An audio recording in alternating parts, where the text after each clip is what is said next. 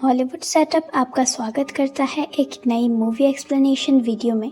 तो कहानी स्टार्ट होती है जहां दो आदमियों को दिखाया जाता है जो कि मर्मेड यानी कि जलपरी के बारे में बातें कर रहे होते हैं।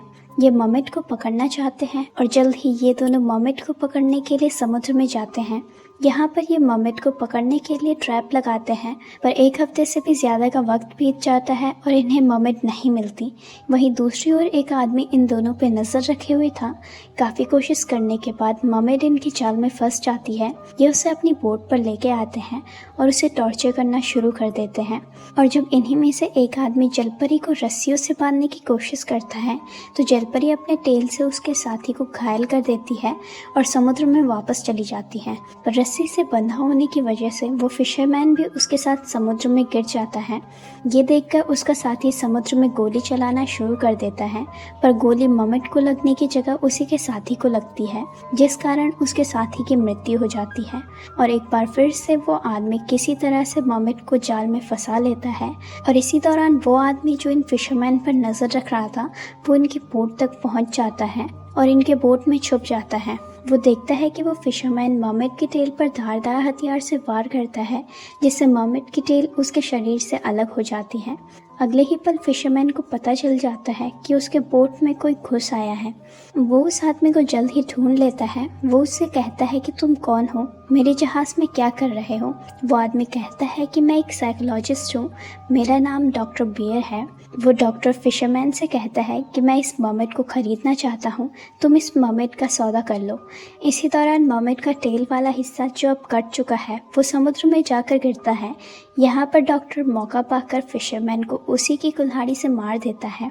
अब डॉक्टर उस मर्मेड के आधे शरीर को अपने लैब में ले जाता है, जहाँ पर वो उसके शरीर पर रिसर्च करता है।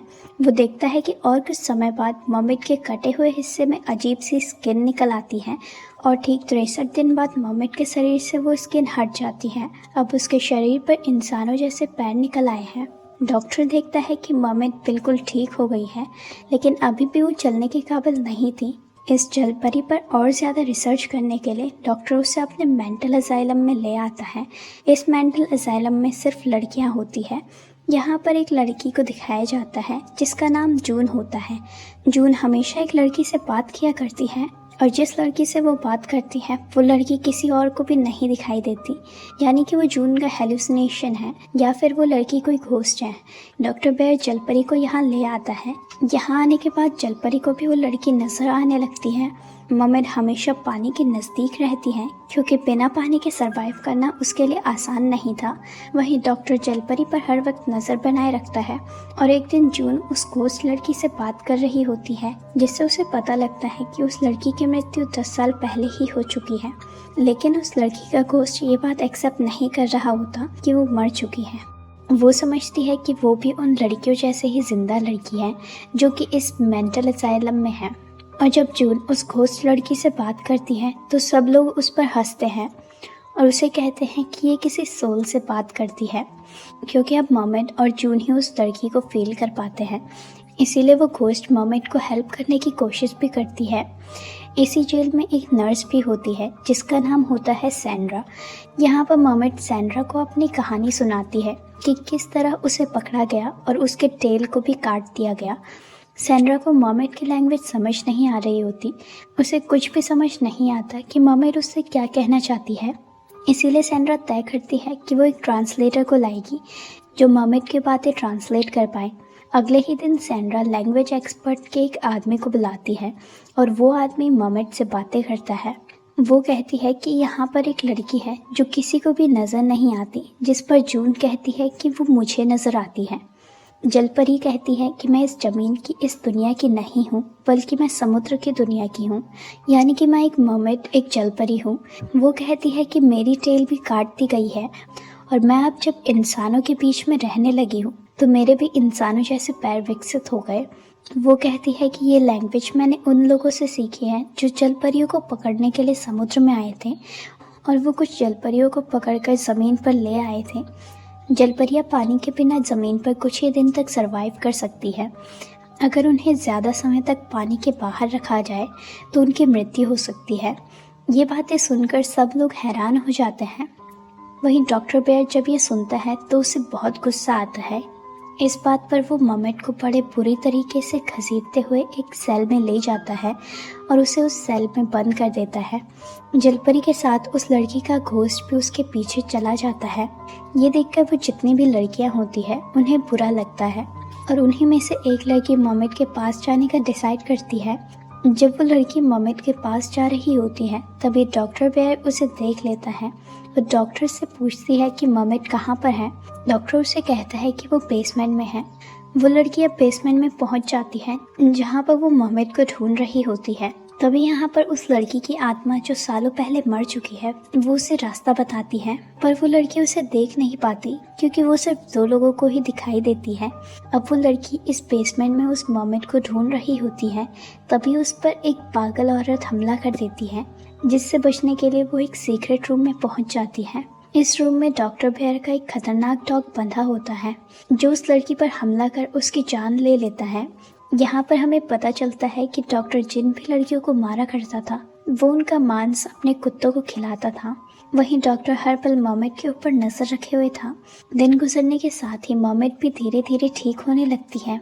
ममेट की बॉडी जल्द ही पूरी तरह से हील हो जाती है। अब वो ठीक से चल पा रही होती है। धीरे धीरे यहाँ पर बाकी जितनी भी लड़कियां होती हैं वो ममेट को पसंद करने लगती हैं। एक रात को जलपरी खिड़की का कांच तोड़कर जंगल की तरफ भाग जाती है। उसके पीछे पीछे बाकी लड़कियां भी जंगल की तरफ भागने लगती हैं। डॉक्टर इन सबको कैमरे की हेल्प से भागता हुआ देख लेता है। दूसरी तरफ ये सब लड़कियां एक रिवर तक पहुंच जाती हैं। यहाँ पर वो रिवर में स्विमिंग करते हैं। कुछ समय तक नदी में नहाने के बाद वो वापस मेंटल असाइलम में आ जाते हैं, पर ममेट और एक लड़की वहीं पर रुकने का फैसला करती हैं क्योंकि ममेट आज़ादी पाकर बहुत खुश हैं। वहीं अगली सुबह दिखाया जाता है कि जो लड़की ममेट के साथ यहाँ पर रुकी थी वो अपने आप को अकेला पाती है। वो भी वापस मेंटल असाइलम में आ जाती है। वहीं दूसरी तरफ उस लड़की का घोस्ट ममेट को ढूंढ रहा होता है। वो देखती है कि एक ही रात में जलपरी काफ़ी ज़्यादा चेंज हो चुकी है और तो और अब उसकी टेल भी जनरेट हो चुकी है, लेकिन ममेट वहीं पर फंस जाती है क्योंकि रात ही रात में वो नदी दलदल में चेंज हो जाती है। ममेट किसी भी तरह से दलदल से निकल जाती है। अब वो व्हीलचेयर पर बैठकर मेंटल असाइलम में जा ही रही होती है कि डॉक्टर उसे देख लेता है और वो जलपरी को अपनी कार से हिट करता है। यहाँ पर डॉक्टर को ऐसा करते सारी लड़कियाँ देख लेती है। सैंड्रा को भी पता चल चुका है कि वो वाकई में एक जलपरी है। वो उसकी मदद करना चाहती है। वहीं डॉक्टर जलपरी को अब एक नाव में लेके आता है ताकि वो उसे आसानी से मार सके और किसी को भी उसका पता न चले। इससे पहले कि वो ममेट को मारता, सैंड्रा वहाँ पर पहुँच जाती है और वो डॉक्टर को गोली मारकर जख्मी कर देती है क्योंकि उसे डॉक्टर की सारी सच्चाई पता चल चुकी है। अब नाव में पानी भरना शुरू हो जाता है। जलपरी वहाँ पर सबकी जान बचाती है। अब यहाँ पर उन सब लड़कियों को उस लड़की की बॉडी भी दिखाई देती है, जो लड़की सिर्फ जून और ममेट को ही नजर आती है। वहीं डॉक्टर अभी भी जिंदा होता है, पर ममेट उसे पानी में डुबा देती है जिससे उसकी मृत्यु हो जाती है। वहीं मूवी के अंत में दिखाया जाता है कि अब सब लड़कियां आज़ाद हैं। ममेट उन सब लड़कियों को बताती है कि जून भी एक जलपरी है। इसी के साथ ये मूवी यहीं पर ख़त्म हो जाती है। उम्मीद करते हैं कि आपको हमारी एक्सप्लेनेशन पसंद आई होगी। Thanks for watching.